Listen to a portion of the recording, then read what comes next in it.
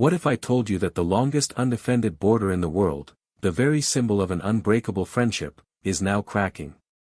What if the closest allies on the planet are experiencing a deep, unsettling rift?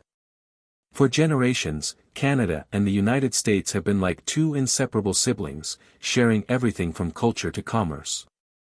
But folks, something fundamental has shifted. We're not just seeing political disagreements anymore, we're witnessing an economic realignment, a growing distrust, and a Canadian pivot away from its historical partner. Get ready, because the North American landscape is changing, and you might not recognize it. Today, we're diving deep into a story that's not just trending in Canada, but has massive implications for global trade and diplomacy, the increasingly complex and, frankly, tense relationship between Canada and the United States. For decades, our economies have been intertwined, our policies often aligned. We signed NAFTA, then CUSMA, cementing a partnership that many believed was unshakable. But recent events suggest otherwise. The warmth has cooled, the trust has eroded, and Canada is now actively looking beyond its southern neighbor. Let's pinpoint the moment this shift truly accelerated, the imposition of new U.S. tariffs. While specific details can change, the broader trend is clear.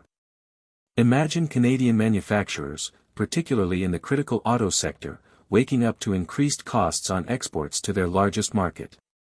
For an industry that relies on seamless cross-border supply chains, these tariffs aren't just an inconvenience, they're a direct hit to the bottom line, threatening jobs and profitability. This isn't just about car parts, though that's a significant piece. These tariffs signal a protectionist stance from the U.S. that directly contradicts the free trade ideals we once shared.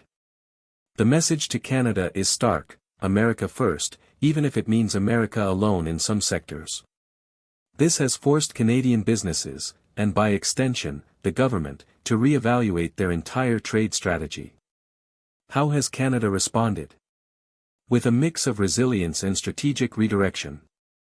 We've seen a surge in, by Canadian, campaigns, urging consumers to support local businesses and reduce reliance on U.S. imports.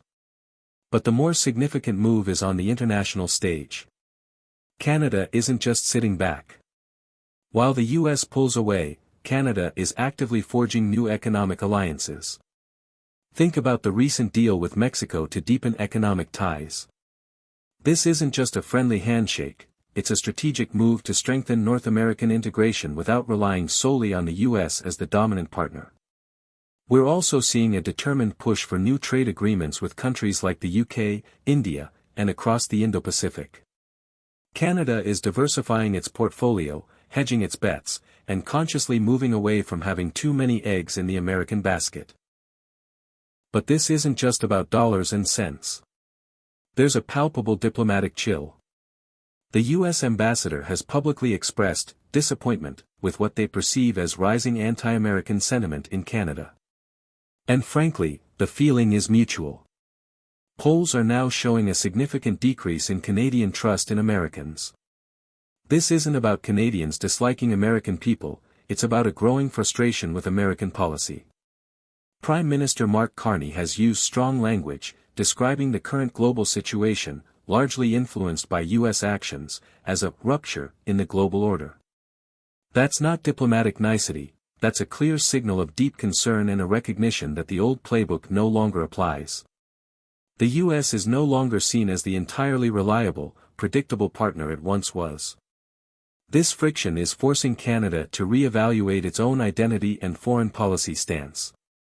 For so long, Canadian foreign policy was often defined by its relationship with the U.S. But now, Canada is being compelled to carve out a more independent path, to project its values and interests on the global stage without constantly deferring to Washington. This isn't an easy transition. Generations of Canadians have grown up with the idea of a shared destiny with their southern neighbor. Now, that narrative is being challenged. There's a national conversation underway about what it means to be Canadian in a world where the U.S. isn't necessarily playing by the old rules.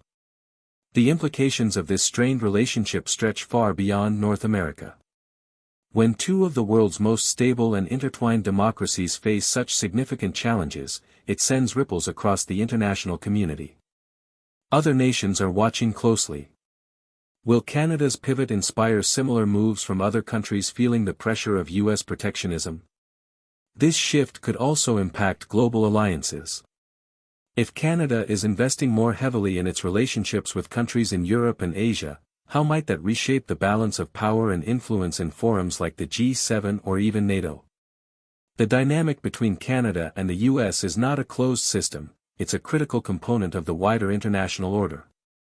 So, what does the future hold? It's undeniably uncertain.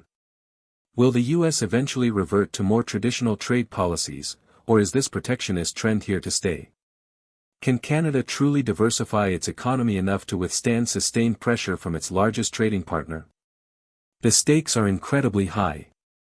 For Canada, it's about economic stability, national sovereignty, and defining its place in a rapidly changing world. For the U.S., it's about whether its America First strategy alienates key allies and ultimately harms its own long-term interests. This isn't just a political talking point, it's impacting businesses, jobs, and the very fabric of how Canada sees itself on the world stage. We're witnessing a major historical moment, an unraveling of what was once considered immutable.